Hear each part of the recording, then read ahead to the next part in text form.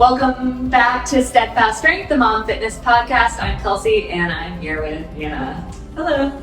Okay, so when we're recording this, it's August 1st, the beginning of the month. Yeah. Which for most of us signals like a season change. Yes. At least one that's coming. And that's like the start of the back to school season. So we thought today we would jump into a little bit of the mental load that moms carry we carry it all the time, but to me, like, I'm entering the back to school season as a mom of a kindergartner for the first time. Yeah. So it feels like it's different. Like, the mental load going into a school year feels different than usual. It's a beautiful life.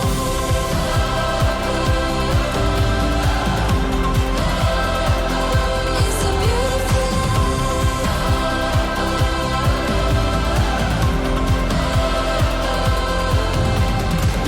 All the little things, all the golden dreams. I just wanna be in a beautiful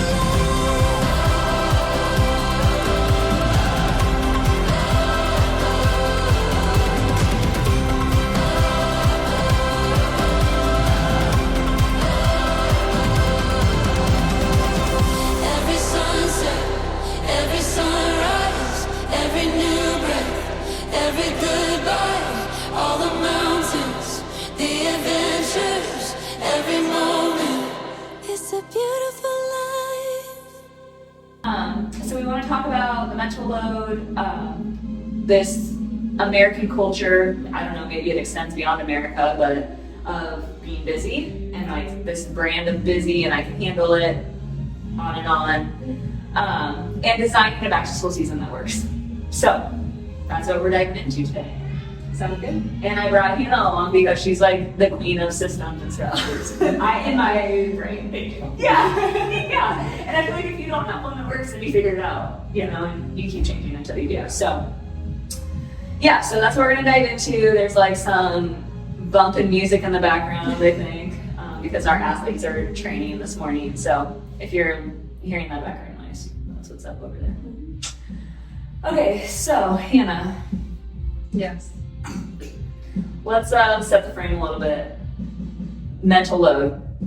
Mental load. What changes from summer to school, fall for you? Yeah. So mental load all the time. I mean, it's just like running the household, always remembering what everybody needs or what the needs of the households are and stuff. And I feel like in summer, a little bit of the weight gets lifted because, I mean, there's sports and stuff, so maybe it just changes. But you're not constantly thinking about like homework assignments or special dress up days or things that need done for the week. Yeah. And so shifting into back to school, it kind of ramps up a little bit, getting back into that. Yeah. Like, I've heard the mental load defined as like the work that you do so that everyone else can do their work. Like the behind the scenes stuff. Yeah, that's a great analogy. Yeah. Definition. And I feel like in summer, or when I've been a stay-at-home mom, I have control over a lot of the work that's happening. So I don't have to do as much like preparation in order for the work to happen because I'm in control. Exactly. But like now that I'm handing my precious little baby off to someone else and like preparing the flow of the day, Yes. like there's more that I feel pressure to be responsible for in order that all goes smoothly because I'm not stepping through each. Right, you're not with them the whole time. Yeah, like I don't have every control over every step. Right. And they have to go to school prepared and be at school all day. And so it's not like, oh, I'm tired, we'll just change the day and take a nap at 12 o'clock. Yeah. It's like carrying a little bit of that for them and making sure that they're eating right when they're at home and that they're getting to bed at a certain time so that they're ready for the next day and up at the right time. And for us, like, we lay out clothes the night before, so it's like making sure we're kind of one step ahead. Yeah. So it's just a lot. Yeah, it's a lot all the time. I don't even know what I'm getting into yet, but it seems like there's a lot more structured things happening. Yeah. That flexibility that I'm used to is going to disappear a little bit, or It'll change a little bit, yeah. Okay, so there's that. Then there's this like busy brand, which I've actually like really enjoyed thinking through this podcast a little bit, because I'm not speaking through this as an expert. Right. I'm speaking through this as like, oh yeah, that, okay, yeah, we should talk about that, and then I should go home and do that. like I am very much learning through this like podcast prep and talking with you right now even about it. So like the busy brand for me like is a badge of honor almost, and I think a lot of people probably struggle with that. Yeah, I feel like that's pretty common. Yeah. So, and that gets very tied into like my worth, you know, like, and busyness, obviously, like as a Christian mom, like I would never tell people like I value busyness, you know, but then it's like, if I use the word capacity, that sounds better. And I want to have high capacity for lots of things. And I'm not ready to denounce that yet. Like, that's still true of me. But I don't want that to feel like busyness. Yeah. So I feel like there's a difference. okay. Do you? Tell me. Maybe it might make me feel better about myself. I don't know. Like I feel busyness. You know, sometimes people are like, I used to work with someone, and whenever we would catch up, like on Monday over the weekend, it's like, oh, how was your weekend? Oh, it was busy. Yeah. Like they just like were so proud of how busy they were all the time. But I feel like at capacity or at a high capacity, that can change based on what season of life you're in, or like what activities you're doing or your kids are doing. It's like you might be able to function or like have a high capacity for like sports and this and that, but it's not just like running here and there like useless busyness. Yeah. Because you can't stop moving. Yeah.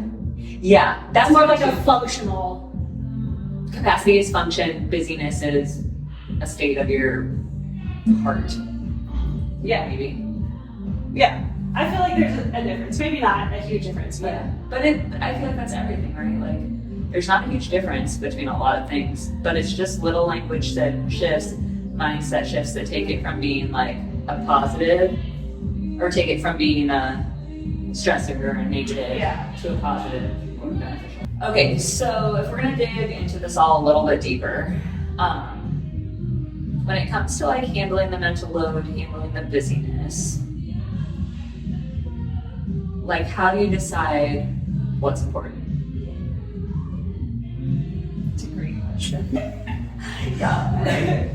So something I've been thinking about lately is someone told me one time, and I'm gonna talk about this with Val later, so sorry you guys are gonna get double dose, but that if you say you don't have time for it, start saying it's not a priority. Yes. Instead. Yes. Like instead of telling people I don't have time for that, Yeah. like saying that's not a priority. Okay, so that's like one language shift, right? But then that makes me think about like, what are my values? Like what are my priorities? Yeah. What are my values? What's most important to me? And something that I think I have struggled with more recently is taking time to be still and reflect on those and establish those. And sometimes I get hijacked because I'm not centered or focused on what my values and priorities are. So then I get hijacked by things that are just demanding my attention, right? Yeah. And things are always going to be demanding our attention. And I feel like that's where you can kind of spiral into busy. Yeah. Because you're just like bouncing around, just like putting out fires or Yeah. doing different things. Yeah, absolutely. And like another person I was talking to yesterday, it was like kind of humorous because she and her husband were in the gym and she was talking about her inability to say no. And he was like, well, you know, like I heard you say no before, you know, but it reminded me that like if we're not saying no, if we're just saying, we're always saying no to something, Yeah. you know, so your yes is also a no. Right. You're saying yes to one thing, But that's eliminating something else. it's eliminating something else. And that makes me a little bit sad when I think that I'm not being intentional with my yeses and my nos, and that like I might be sacrificing intentionality with my kids because I said yes to things on the spot, Right. you know? So I think one like tangible step is taking time to like make sure you know what your values and priorities are. Can you give like an example of like what are some of your family values? Put you on the spot. Okay, I'll go first. Okay, so we definitely value activity and like movement. Yeah. We value like our faith. That should actually be first, so you know. Like our faith, but sometimes, okay, so here's a tangible example of that. Like I say we value faith, and sometimes the nightly Bible story doesn't happen because we're valuing like activities over taking time as a family, you know. So I feel like that's like a conflict of values and time. But you know, like so we'll get into some of those tangible things, like how do I make sure that happens. But like if I'm not aligning my values or like recognizing my values, life just happens. Yeah. Okay, sorry. Your values, what are your values, and or like what's important to your family? I feel like that's something I need to sit and reflect on probably. Okay. Since I don't have any on the Okay, spot. so this is our action step. Hannah and I need to sit and reflect on our family values before life starts getting crazy. Yeah. Okay. Yeah. Okay. So anyone who's listening, there's one of your action steps too, like what are your family's values? And then I think that's the lens you filter things through, right? Does this fit what's most important to our family? Yes or no? So I'm not good at doing that in the moment. Yeah. So I've had to adopt phrases like such as, let me think about that. Yeah. Let me circle back to that. Yeah. I need a minute. Can I text you later? Whatever the phrase is, but not giving an answer in the moment. I feel like I've gotten better about that as I've gotten older or as we've added more kids, because it's like, if you say yes to everything, like I like to say yes, you know, I like to help and I like to do things, but then it takes away from family time or time with the kids or whatever it may be. And so I feel like maybe that's something you kind of learn as you get older and start thinking about that more. And it probably depends on personality type Yeah.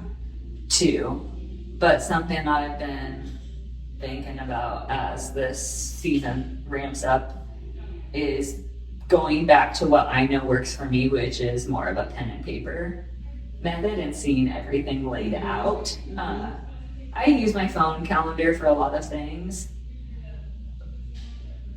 but I underestimate what I say yes to. I think I have more time than I do.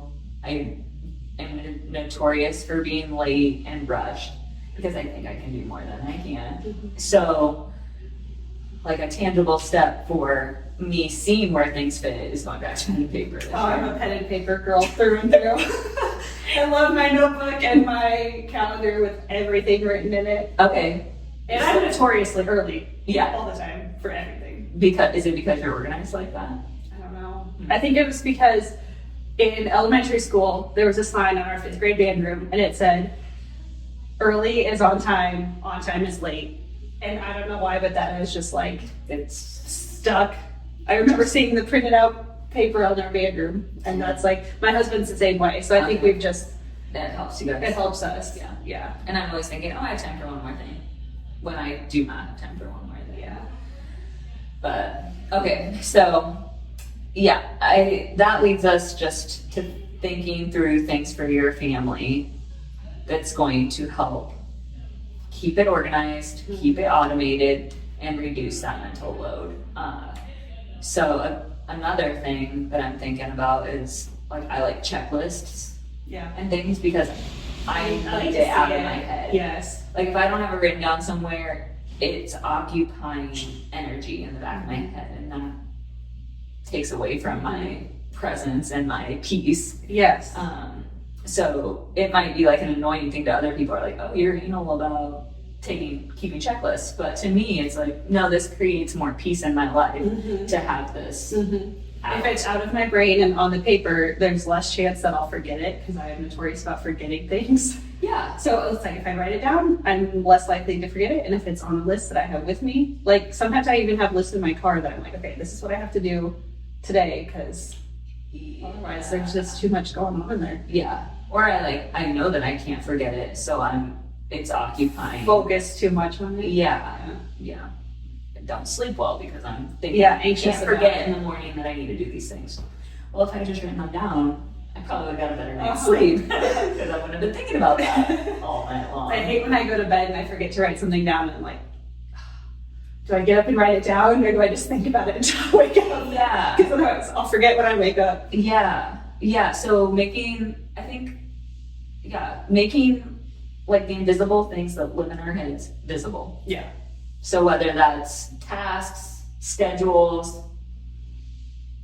even in tasks related to the household, I get in trouble when I let things live in my head that need to be communicated to my spouse. Yes. You know, like I don't want to burden him, or I think it's not the right time to share, or for some reason I think I could just do it, and then I'm mad that I'm doing everything when I've never once communicated the invisible things that live in my head. So that's another one I'm convicted of. So there's like making the schedule visible, making the tasks visible, and making the mental load of those things visible to the other people around you who are responsible for this helping things flow. I mean, there's like podcasts and books and research and stuff, but like men don't think like we do, Right. and they probably don't even know like what's going on in your head. Yeah. And they definitely don't know if you don't tell them. Right. So, And we might, talking about it's one thing, but again, creating systems and structures where it's visible to people.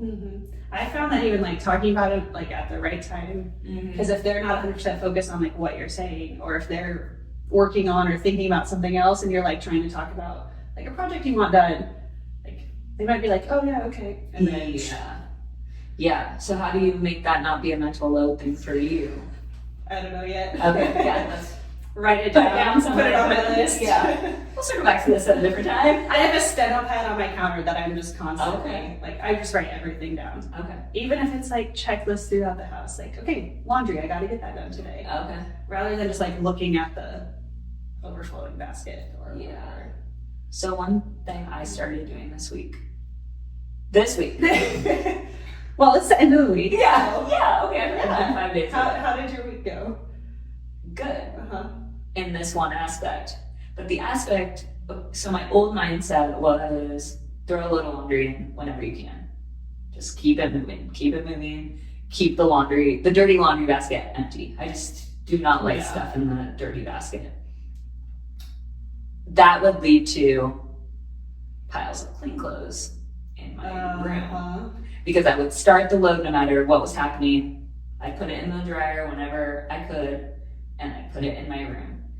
And so I would have baskets of laundry in my room waiting to be folded. And waiting. That's the longest part. After it's dry. Yeah. And then I would somehow tell myself, it's not worth it to fold one basket. Like you have more in the dryer, just wait till they're done. Yeah. And then other things would happen. And all of a sudden I'd have lots of laundry and I'd have like one big folding day. And it would take forever. It would take forever. I'd have to have lots of set aside time to do it. But to me, in my head, for some reason, it felt more efficient because I was doing it like all at once. But it was creating a lot of clutter in my room. It was building up and feeling like becoming a more insurmountable task to achieve. So this week I started doing one load, just following it through. Like I do other things in the house, obviously. But when that basket came out of the dryer, I'd go fold it. Right away. Yeah, if I had the time. If I was like moving on to something else, then I'd come back to it later. But I didn't let the basket sit for days and days and days. And it worked. Like I stayed up on laundry. I don't have 5 baskets. I do have a basket of towels right now many folded, but like our clothes are not as wrinkly and folded in the bottom of the baskets. Yeah. This is a way longer, and not longer than it needed to be, but you know, like to me, it's a tangible example. Yeah. Just one little shift, my house feels less cluttered. Mhm. Your brain probably feels less cluttered thinking Yeah. about it, dreading it. Yeah, Mm-hmm. yeah. So, yeah, Cool. yeah. So thanks. Yeah, I'm getting my laundry done. I'm becoming an adult. Yeah. Okay. So anyhow, back to what we were talking about. Sorry. What were we talking about? Systems, making invisible things visible, sharing the load with other people. Mm-hmm. Do you and Ryan share stuff? I'd say, yeah. Okay. Yeah. Cool. That's good. Do you want an example? No, Okay. I think this is an area Andy and I can grow in. Sorry to be vulnerable with our lives in front of everyone, but I know we're both doing things, but they're both invisible. Yeah. We're not communicating very well about. There's just like some assumed rules. Like obviously he provides for our family and Right. works super hard at that, and I value that immensely. But I know he's doing things around the house too that I'm not giving him credit for all the time. So I think us just having better communication about that would probably enhance our relationship, Yeah. especially as things get busier. Yeah. And as we bring a new baby in, you know, those things always complicate. Those little newborns always complicate Yes, the they do. workload. Yes, they do. Yeah. What about your kids? Do you share responsibilities with your kids? Do you give them parts Yes. of the load? Well, they each have like some chores. Okay. I still very much have to like keep track of their chores and remind them to do their chores. Mhm. But I think we're moving in the right direction as far as them like learning to be part of our house and take care of things. And most of it's revolved around our animals just because that's easier. Yeah. And, you know, like caring for other things is an important skill to learn. So Yeah. yeah, they have that. And then back to laundry. Yeah. I started doing, so in our laundry room, we don't have a ton of space. So I just have like one big basket that I just would put everything in. Yeah. I don't sort of stuff. Yeah. And I started giving each kid a tote, like just a little tote for their room. And so I'm like, well, when your tote's full or when you need something washed, like you have to bring it upstairs. And then instead of folding everything and putting it in a big basket and going around and putting everyone's stuff away, I put it in their tote and I set it back by the stairs. I'm like, okay, there's your clean stuff. Yeah. Go put it back. Yeah. Oh, I like that. Yeah. Okay. I have one that's really good about putting it back nicely and one that it's like, why do I even fold this? Yeah.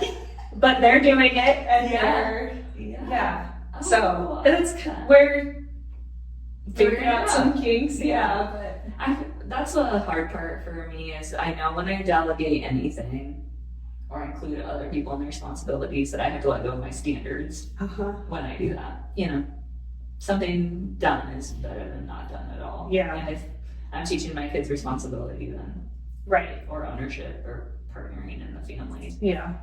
That's hard. That's hard as a recovering perfectionist. Yeah. To let go of sometimes. Yeah, what about when it comes to like the school routine? Do they have things that they're responsible for? So I'm starting to brainstorm this as we're getting Okay. closer to it. And so I know, like for my 5-year-old, Mm-hmm. like we're gonna need a couple options for clothing Yeah.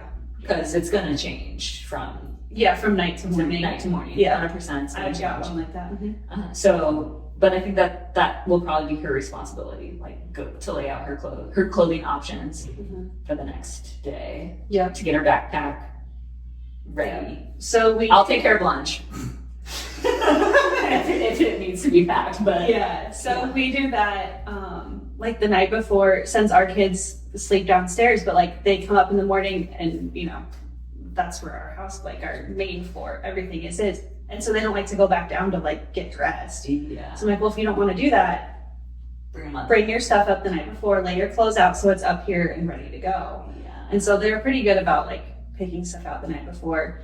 And the school always has a menu. So I like to print that out for the month. I'm like, okay, which days are we going to have to pack lunch? Yeah. So we look at that the night before, like, okay, do you want what they're serving or do you want to pack lunch? And if you want to pack lunch, sometimes we prep it the night before if there's time, just Yeah. because the morning you never know. Yeah. And sometimes in the morning I'll be like, okay, you have to have like a meat and a protein source. Yeah. And then you can pick like a few other things to go with it Yeah. and give them some ownership in that. Oh, fun. So Fun. That's what has worked for us. And there's always like a, well, I don't know, I can't remember in kindergarten, but we always had to like sign something for homework sheets or sight words or something. And so like I would set that on the counter so I wouldn't forget. It's like they have to put it back in their backpack and yeah. See, like lots of things. It's a lot. It's lots of things, but it's making me think about the systems and structures that we're creating for our kids are things that we can create for ourselves too. You know, like removing obstacles to not getting things done. Yeah. So I totally lay out my clothes the night before. I do that every night. I do sometimes when I'm coaching at 5:15 a.m. because I just need things to flow smoother. And I don't want to wake other people up. And yeah. When I was really young in like college, I would go so far as to like put on my workout clothes the night before because then I would feel really bad if I woke up in workout clothes and hadn't gone to the workout. You know, but I think the idea behind these silly things are like remove the obstacles, like whatever it's gonna get to get you doing the things that you need to do. Take out those extra decisions, those extra steps.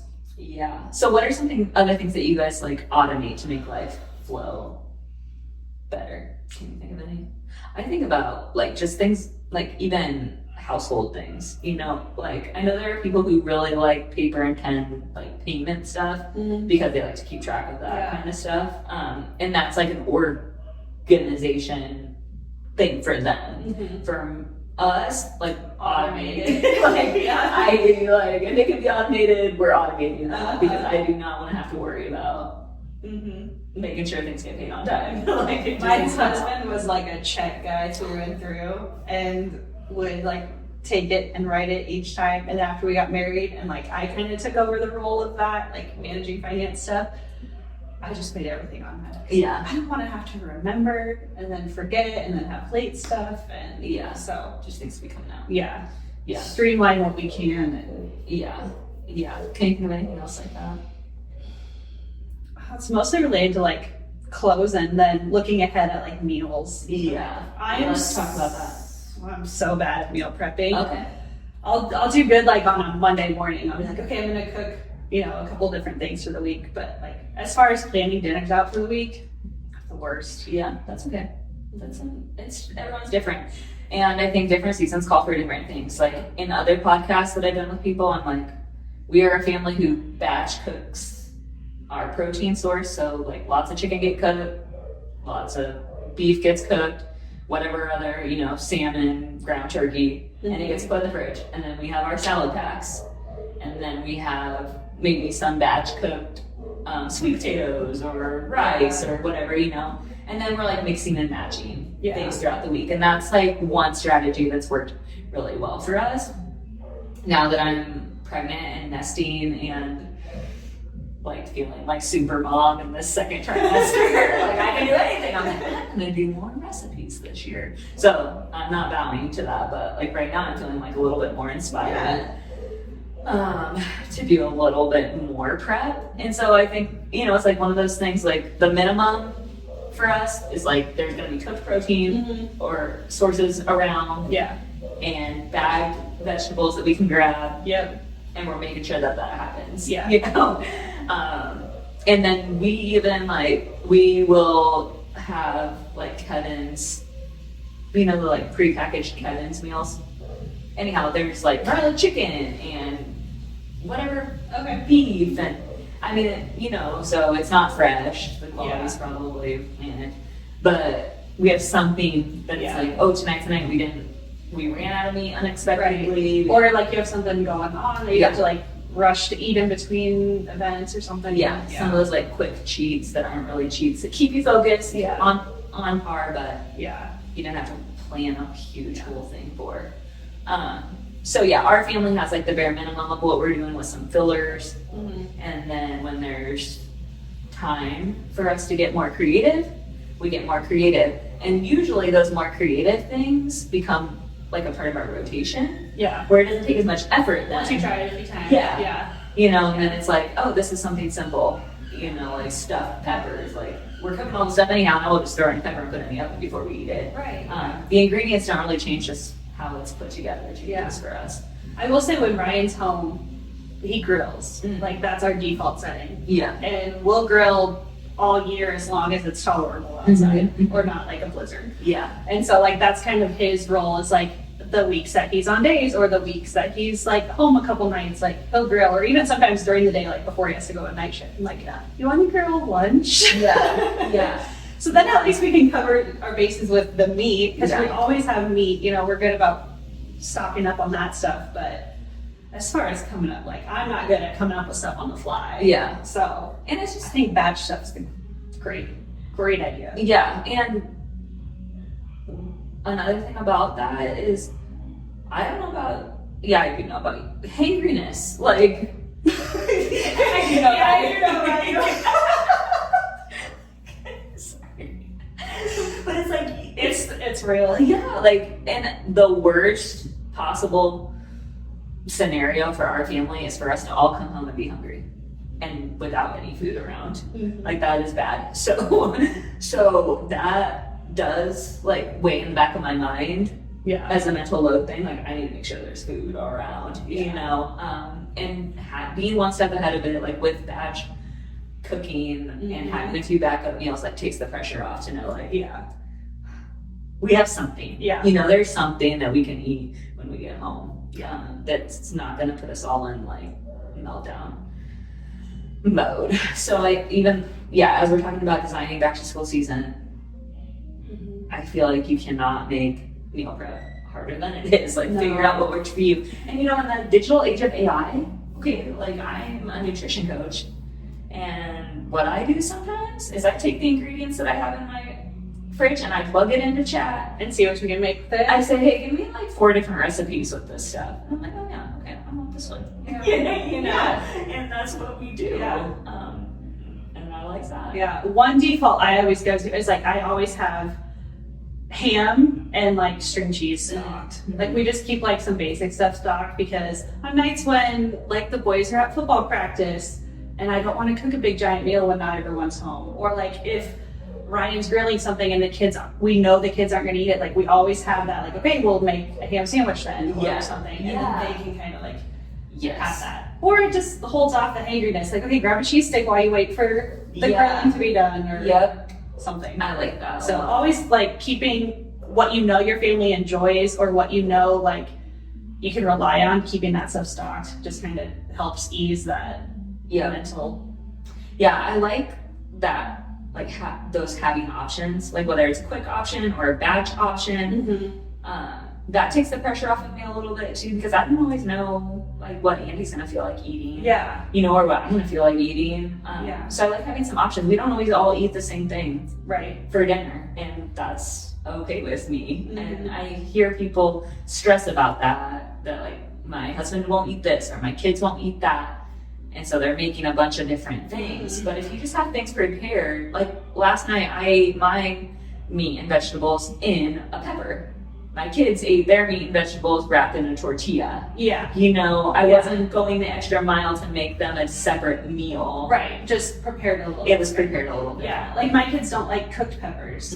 And so when I'm chopping peppers to like saute with stuff, I'll leave some plain because they like raw peppers. So I'll just like set those aside. You know, the prep's the same basically. So and they're getting the nutrition that we want them to have. We're just preparing it and presenting it differently. Oh, and when we grill, there's like jalapeno this and plain chicken. And, like we season stuff differently because we know like the kids aren't gonna like the spicy stuff, or like I don't like leftover steak, so we're gonna eat that first. You know, we have more systems in place, I guess. And I bet everyone does. There's probably just little tweaks that need to be made. So like you're probably cooking something at some point in time. So instead of just cooking 2 chicken breasts, cook 6. You know, instead of cooking 1 bag of green beans, cook a few. You know, and set yourself up for success later in the week. Okay. So schedules, making the invisible visible by communicating, figuring out what works for your family. Again, a lot of this probably takes some reflection. Like what's most important to us. And then some time set aside with your spouse or significant other or whomever it is that you're sharing the household with to communicate these things. I know I have a whiteboard in my house, like a calendar whiteboard, where I can visually put things on that are like important for everyone to know. Yes. But I also send Andy like an email calendar invite because that's how he organizes his life, Okay. and he needs to see it all together. And I don't want to see all his work stuff. Like, I don't Yeah. want to see it. But he can plug in But he can family plug stuff in. on all his work stuff and can see it. Yeah. So that's like something we've communicated about that works well for us. Because if I just tell him, hey, Tuesday night there's a Right. recital or whatever, be like, that's not fair to anyone. And so, Like 3 days away, and then they're like, "What do we got tonight?" yeah. And don't get me wrong, we're still communicating. I'm still getting texts like, do you got anything tonight? Yeah. Because I'm not always the most reliable to communicate what's happening. But again, looking forward to the new year, new school year, like New season. Yeah, new season. Yeah, those kinds of things. Do you have other supports in place to help you manage? So there's like the paper and pencil, the calendars, the phone calendars, the talking with your spouse about it, but the meal prep, like making sure food is in place and the house has some systems and structures. But are there other people that you bring into the mix to help things flow? Yeah. So we live close to both my parents and my in-laws, and we rely on them a lot. Nice. Yeah. Especially with Ryan's work schedule. I mean, I always go back to that, but it's like there's weekends where I'm like, one kid's in this sport, one kid's in this sport, and like we want them both to do those things, but I can't split myself into 2 people. Yeah. So it's like, okay, I'm calling my mom, I'm calling my in-laws, like, can you help me run here or there? Yeah. So Yeah. Yeah. It's like leaning on people in the community. uh-huh. Yeah, I'm interested to see how that works as kids get older too, with friends who are going the same places. You know, Yeah. can you take this kid with you guys and Mm-hmm. stuff like that, so that it doesn't feel so overwhelming, Yeah. and so that all the kids can do the Do things the that they things. value and that we value, Yeah. without feeling busy and stressed. Yeah. So kind of circling on that too, like we want them to do things and be involved in sports and stuff. And we're just kind of entering the competitive sports age with stepping up to youth football this year. Yeah. And it's a big step. Yeah. I mean, we've got lots of practices a week and stuff. But anyways, we let the kids do like one activity a season. Okay. Because Sure. otherwise It's it's too much, and especially with school. Yeah. I mean, you're gonna find out, especially in kindergarten, they're gonna come home tired and cranky, and it's gonna be a change for them too, an adjustment. And so, like, shoving them in different activities every night, even if they say they want to, like, that might not Yeah. be best for them. And so, like, as parents, we have established the rule of like, okay, you can do one activity per season. So like if you're in football now, you're not also doing something else, because that takes away from time at home, that takes away from time to rest, time to focus on school, time with family. Yeah, well, I mean, I think about myself and being tired and stressed and busy. And again, I want to train myself to have capacity, but I want to be a person of presence. And how can I expect my 5-year-old to regulate her emotions when she's tired and hungry and I'm pushing her in different directions? Like I need to build her capacity appropriately. Yeah. And set her up for success with systems and structures too. So, and having to remember everything that comes with each activity, this is on this night from this time and this night from this, like it just adds to it's what you have to remember. Yeah. And some of that's out of our control too. Yep. As I'm contemplating what we're going to be involved in this fall, I'm waiting on other people to put their schedules out. Yeah. Like that all is like messy. This is something that fits into what we want our family to look like, but will it actually fit? And sometimes that's like where you have to make decisions. Yeah. So going back to like the busyness and the language swaps, we talked about instead of I'm too busy, like that's not a priority for me right now. My plate is full and I'm choosing this right now. Doesn't mean it's a no forever, Right. but it's a no for now. Can you think of any others? language swaps. Yeah. That's good. I have a kind of a list.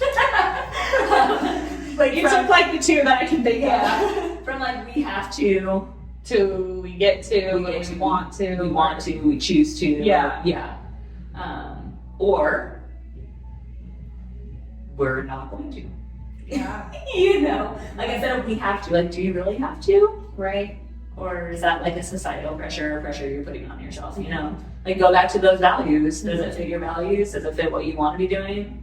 Then, Or did you say yes too quickly to something and yeah, then go back. I don't know why it's hard to do, but like I've feared starting jobs before because I knew that one day I was gonna have to quit. And it's like, that would be so hard for me to quit this job and tell them, you know, but like it's okay to go back on something and say, Yeah. you know what, I committed to this too quickly. yeah.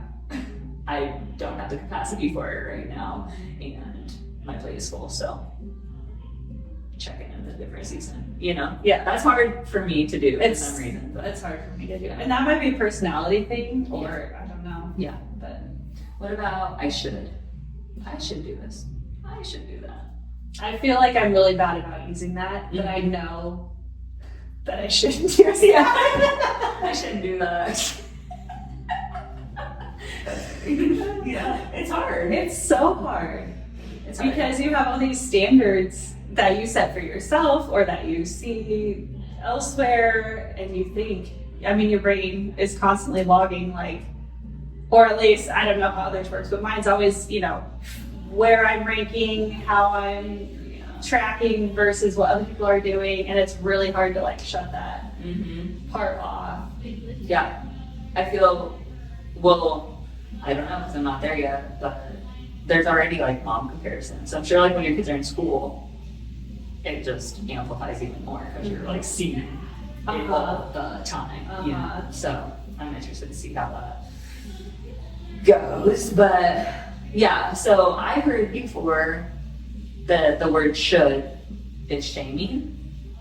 Like I should do this, like I should do this. It like puts shame on yourself for it. Kind of like a negative way. Yeah. Instead of like this is something that I want to do, or this fits, or this doesn't fit, or I'm going to, or I'm not going to.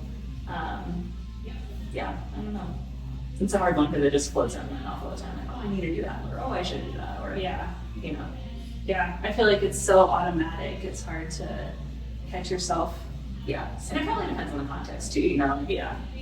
I should make dinner tonight. Yeah. I'm going to. You know? I should write that down before I forget. Like, Yeah. that's probably okay. Yeah, but then there's like, I should really start working out, or I should really, Yeah. like, you're either gonna do it or you're not. So Yeah. let's not use the word should. Like, this is either a priority to me and I'm gonna make time for it, or I'm not. Yeah. Not I should. Like, should just keeps you in the Floating. Yeah, in the, oh, that's something I think I value, but I'm not taking action on, so now I feel ashamed about it. Like, if it matters to you, Right. do it. And if not, or if it's not a priority at that time, that's okay. You just admit it and say, okay, Yeah. it's not a priority right now. Yeah. And then that takes that guilt and shame off of you. Yeah. You're not carrying that. Yeah, and one of the hardest things that I'm struggling with right now is that in the way others communicate with me. Like, I just want to know straight up. You know, like, I don't want to hear you say, like, I should spend more time doing X, Y, Z. If you don't have the time for it, that is fine. Like, just Yeah. tell me. Yeah. Like, because I want to plan and go on with things. Like, I don't want this ambiguity. Indecision. Yeah, Yeah. like with putting more on me. Like, just tell me, no. That makes it easier for me to make decisions Right. and move on, you know? Right. Do you think people feel like they don't want to let you down or like have a hard time, like, Oh, yeah. you know, That's how I feel with other people. Like, I don't want to let them down. Or it's rather something than that I having a concrete no, Yes. they don't want to hurt your feelings. Yes. So they're always like, oh, well, maybe. 100%. Or in their hearts, they really want to do it too. But they don't have the capacity for it, you know? And that's where I struggle too. Like, when I really want to do something, but it's just not the right season, you know? Like, waiting until It's hard to season. give like a hard no Yeah. because you don't want to let go of it. Or fearing that that opportunity won't come around again, Yeah. you know? sometimes you just can't. If it's meant to be, it will. If it's meant to be, it will. Okay, so gosh, there's so much that we could keep talking about, but we gotta bring it in for a landing here. So let's summarize. Okay. Mental load, reducing the mental load. Yeah. Get systems in place, tangible systems, out of your head and onto paper or communicated with someone else. Yeah. Making the invisible visible. Yeah. Figuring out what's important. Yeah. And letting go. Setting of your the other priorities. Yeah. stuff. Yeah. And not feeling shame to let go. Yeah. Because you can try again. Yeah. Or it will come back again. Yeah. Yeah. Yeah. Yeah. Like letting go of all those other, the fear of disappointing others, all of that stuff that puts mental load on us that isn't ours anyhow. Yeah. Okay, busyness. The busyness bringing. Yeah. It's not a badge of honor. No. No. And like reducing the mental load, I feel like it reduces the busy part a little bit. Yeah. Because you're not just always trying to reduce the mental load. Like reduce the mental load, Mm-hmm. live out of the priorities, Mm-hmm. those systems and structures. Yeah. Then you can work at capacity and you're not just feeling busy. Yeah. Learn to pause, Yep. reflect, schedule some pause points in your life, you know, like a 15-minute Friday reflection, like after the kids go to school. I'm gonna sit in the car for 5 minutes and like, how did this go this week? Like, what are some changes for next Yeah, and week? reevaluate week to week. Yeah. Especially as school's starting Yeah. and things are changing. You know, it's gonna take a while to figure out the systems that work Yeah. for your family. Yeah. But what I don't want to do is hit the ground running and never stop to reflect Yeah. and keep using broken systems until January and be frustrated. Yeah. Yeah. Okay, so pause, reduce the mental load, bring other people into it, all the other things Cam said. Okay, I'm sure we'll be back with more on another podcast. So Sounds great. until then, see you next time. Bye. Bye.